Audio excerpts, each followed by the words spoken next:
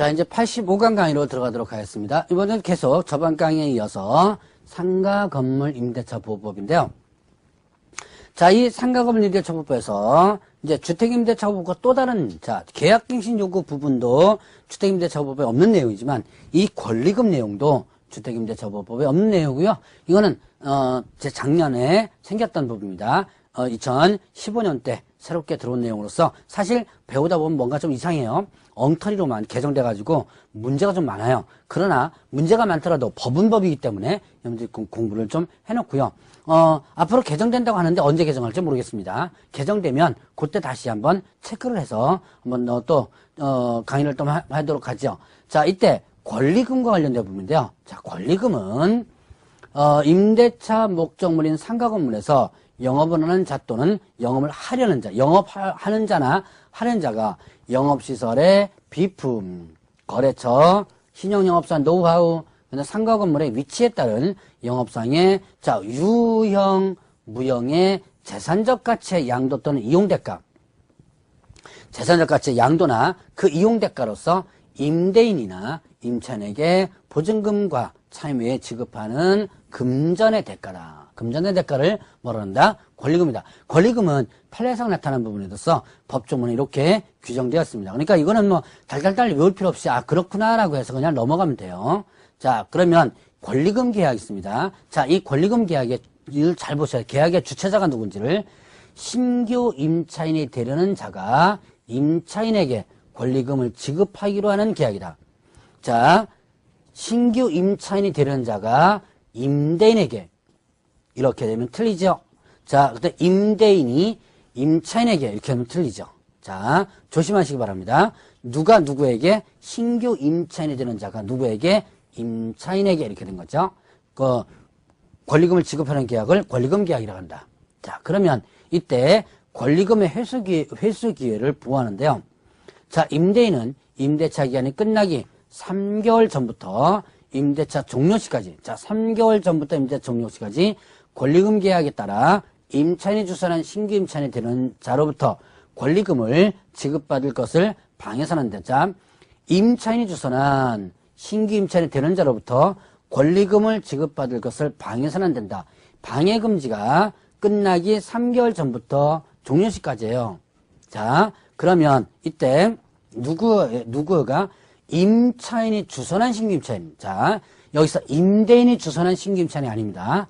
임차인이 주선한 신규 임차인이 되는 자로부터 권리금을 지급받을 것을 방해서는 안 된다. 자, 그러면 이때 계약갱신 요구를 거절해서 사유의 어느 하나에 해당하는 경우에는 일단 제외한다는데요. 그런데 이제 예를 들어서 계약갱신 요구를 거절한 사유, 대표는 뭐예요? 3개 차임을 연체한 경우 이런 거죠. 예를 들어서 3개 차임을 연체한 경우라든가 이런 경우는 일단은 방해도 된다는 얘기예요. 이 방해 금지 규정이 적용되지 않는 거죠. 자, 그러면 이때 금지되는 방해인을 보게 되면요. 임차인이 주선한 신규 임차인이 되려는 자. 누가 주선한 거예요? 임차인이 주선한 신규 임차인이 되려는 자에게 권리금을 요구하거나 누가? 임대인이 권리금을 요구하거나 임차인이 주선한 신규 임차인이 되는 자로부터 권리금을 수수하는 행위. 누가 하는 거예요? 그러니까 권리금을 요구하거나 수수하는 것은 누가? 임대인이 이렇게 하면 안 된다는 거죠. 임차인이 주선한 신규 임차인이 되려는 자로부터. 자, 그리고 임차인이 주선한 신규 임차인이 되려는 자로 하여금 임차인에게 권리금을 지급하지 못하게 하는 애. 자, 임차인이 주선한 자. 여기에는 임대인이 주선이 아니에요. 임차인이 주선한 신규 임차인이 되려는 자는 자로 하여금. 자, 이게 임차인이 주선한 신규 임차인 자에게 얘한테 권리금 주지 마. 이렇게 요구하는 거죠. 그렇게 해서는 안 된다라는 부분이에요.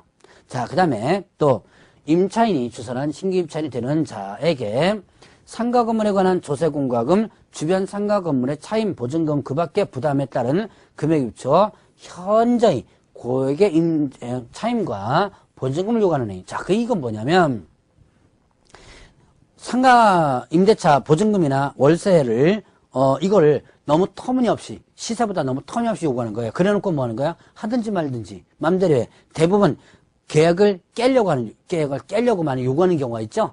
계약을 깨려고 요구할 때 이렇게 터무니없이 요구하는 경우가 많아요. 자, 이렇게 해서는 안 된다라고 하는 부분이죠. 자, 그 다음에 또 그 밖에 정당한 사유 없이 임대인이 임차인이 주선한 신규 임차인 되는 자와 임대차 계약을 체결을 거절하니 정당한 사유 없이 임대차 계약을 거절해서는 안 된다는 얘기예요. 정당한 사유 없이. 자, 이렇게 금지되는 행위, 결국 금지되는 행위는 결국 누구에게는 누가요? 자, 임대인이 임차인이 주선, 자, 임대인이 주선은 아니에요. 임차인이 주선의 신규 임차인에게 뭐 보증금을 받거나 요구하거나 또 권리금 지급하지 못하게 하거나 아니면 또 터무니없이 보증금이나 월세를 요구하거나 그 외에도 임대차 계약을 거절하거나 이렇게 하면 안 된다는 얘기죠. 자, 그러면 이때 이제 임대차 계약 체결을 거절하지 못한다 그러는데요. 거절할 수 있는 예외적인 규정이 있습니다. 자, 임대차 계약의 체결을 거절할 수 있는 경우는 어떤 경우냐? 임차인이 주선한 신규 임차인 되려는 자가 보증금 또는 차임을 지급할 자력이 없는 경우. 참 이 문장을 보면요.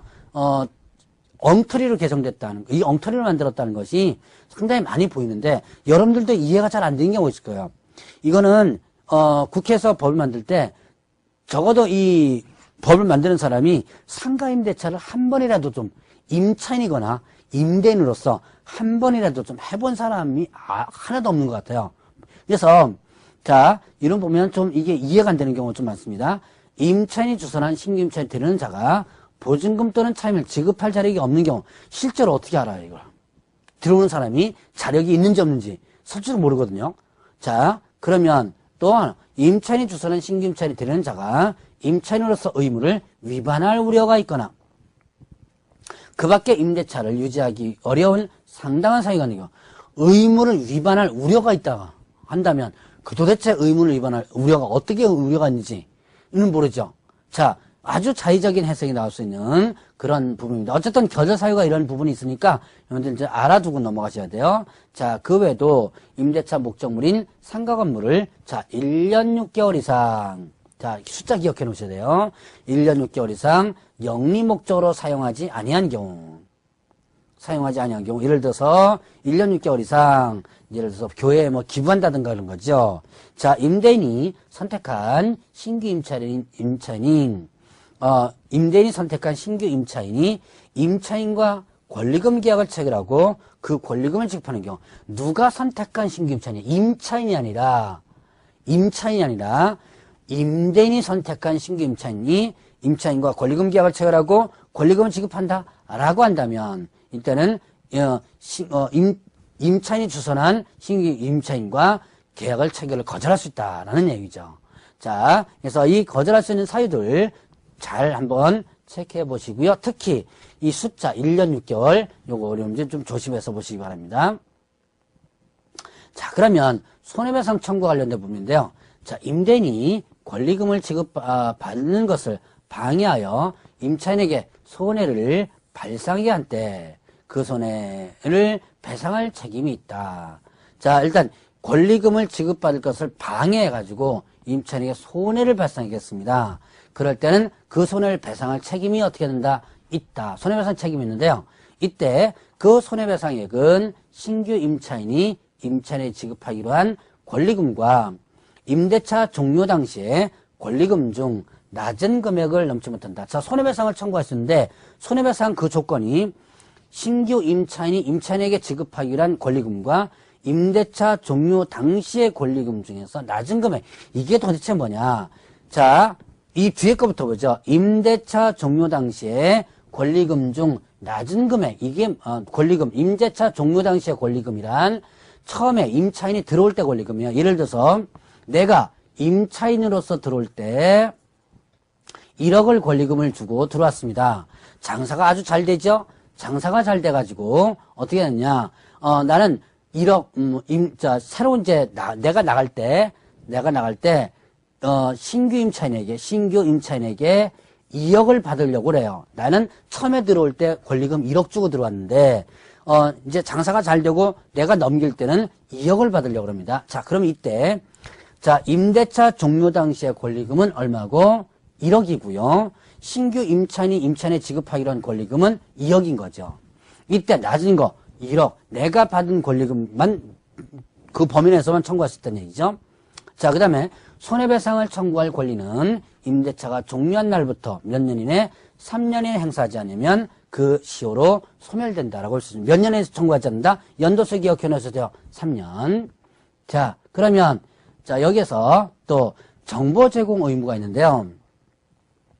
임차인은 임대인에게 임차인이 주선한 신규 임차에 드리는 자의 보증금 및 차임을 지급할 자력 또는 그 밖에 임차인으로서 의무를 이행할 의사 능력에 관하여 자신이 알고 있는 정보를 제공한다.